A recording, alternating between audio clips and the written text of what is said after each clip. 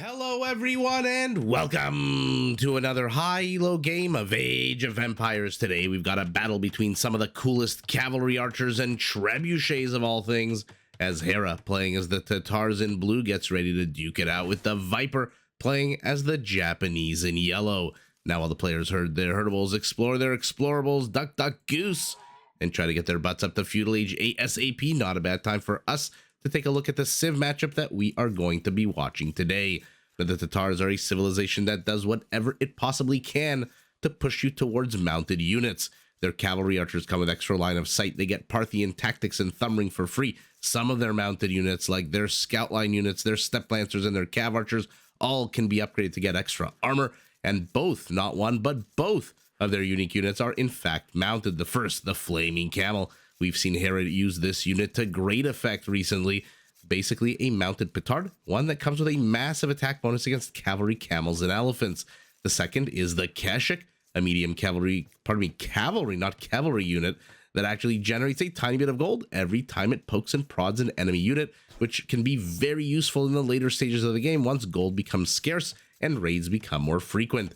Now, once your army is out on the field of battle, very important for the Tatars to take. Where are you?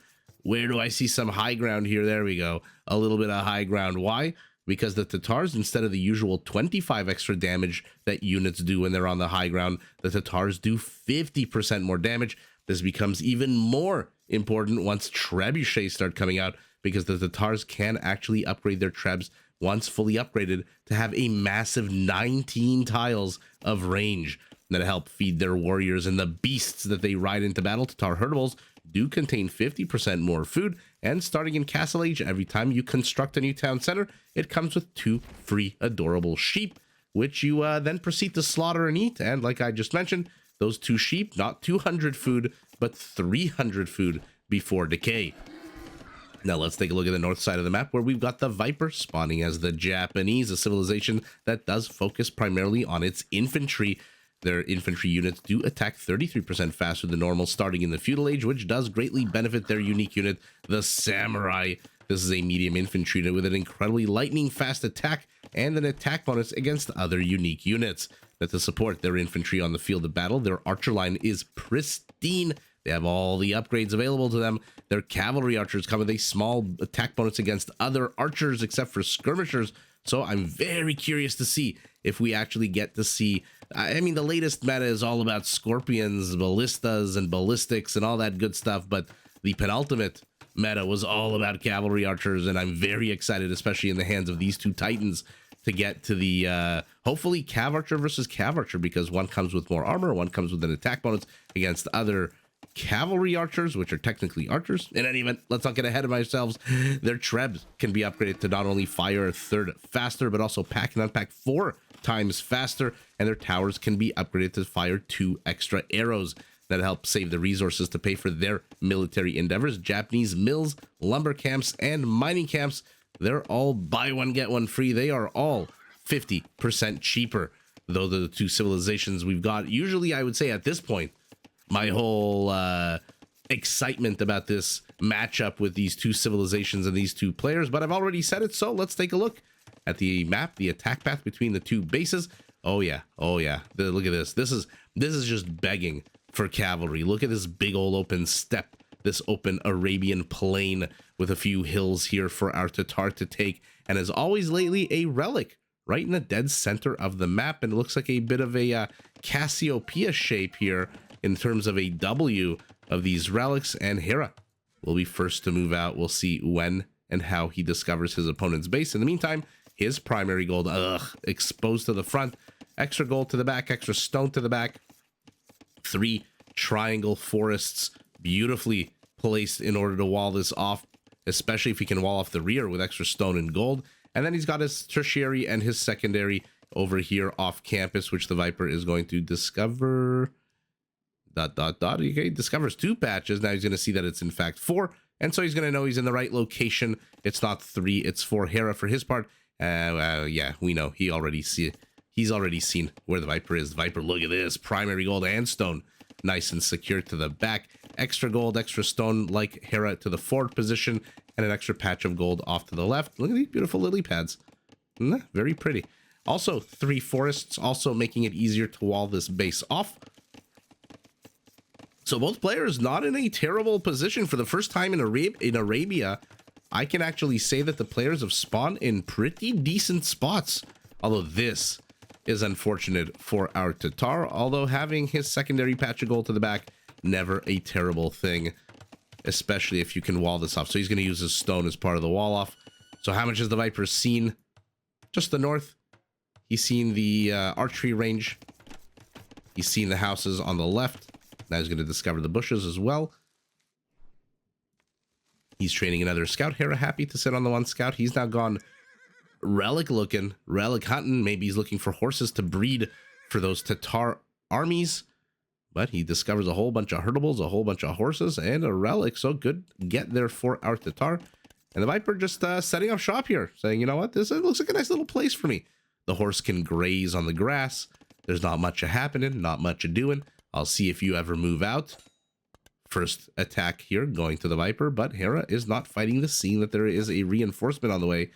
His spearmen should be able to shoot away this attack quite readily. Is this closed off, by the way? I'm not sure this is walled in. I don't know what this kind of build here is for Hera. This is a little wonky.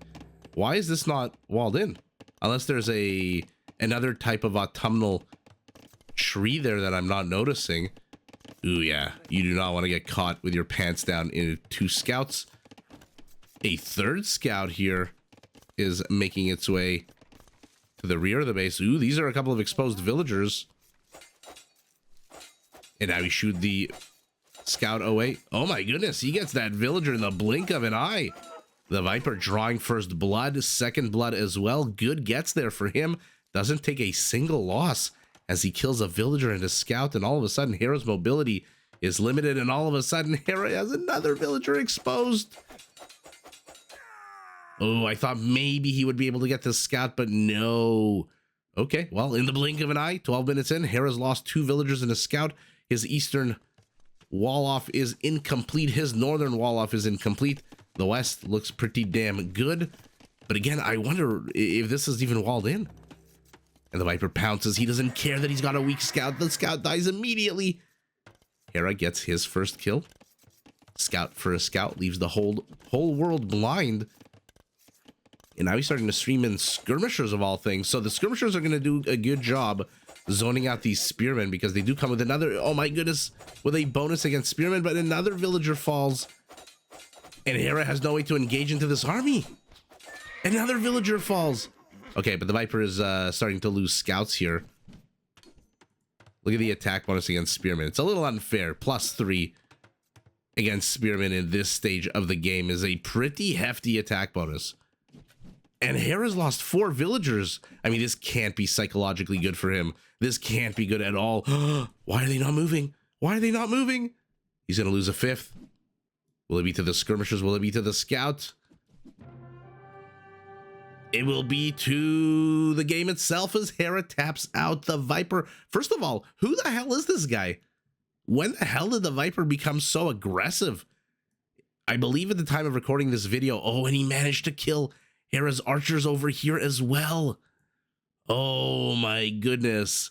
That cannot be psychologically good for our Tatar. This is just absolutely a, you know, when you have a sweater and there's one little string and you kind of pull it and you pull it a little bit more and you pull it a little bit more.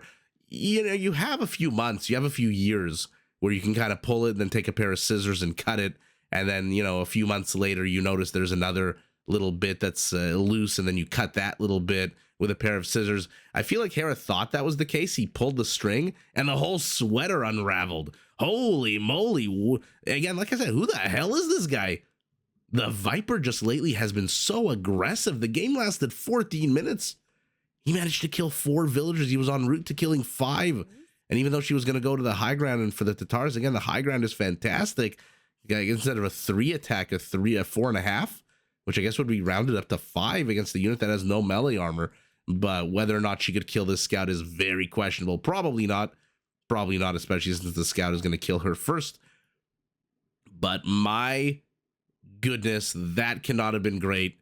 That cannot have felt good, losing 3 archers here to the back as he himself tries to lame a lumber line here. Unfortunately, Hera has no villager kills. The Viper going full on hardcore Feudal Age. And it pays off. I'm just thinking back to my introduction about, hey, I want to see cavalry archers and trebuchets. And then, of course, the game ends after 14 minutes. It reminds me of the survivalist game that I casted recently where I said I think it's going to end in around the 30-minute mark. And it lasted over an hour. And because, of course, that is just kind of shit that happens here at Cast of Empires. It looks like, by the way, the Viper's wall-off isn't complete as well. But there's no pressure here to complete it. Unlike here, he didn't lose a villager.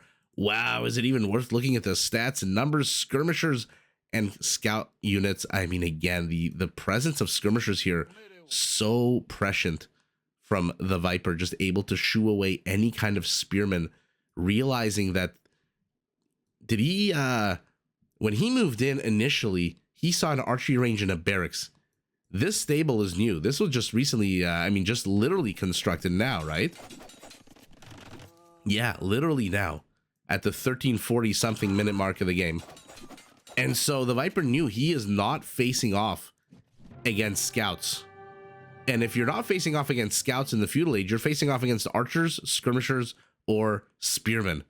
And these counter all three, especially in the quantity that he has them versus the quantity that that Hera had them.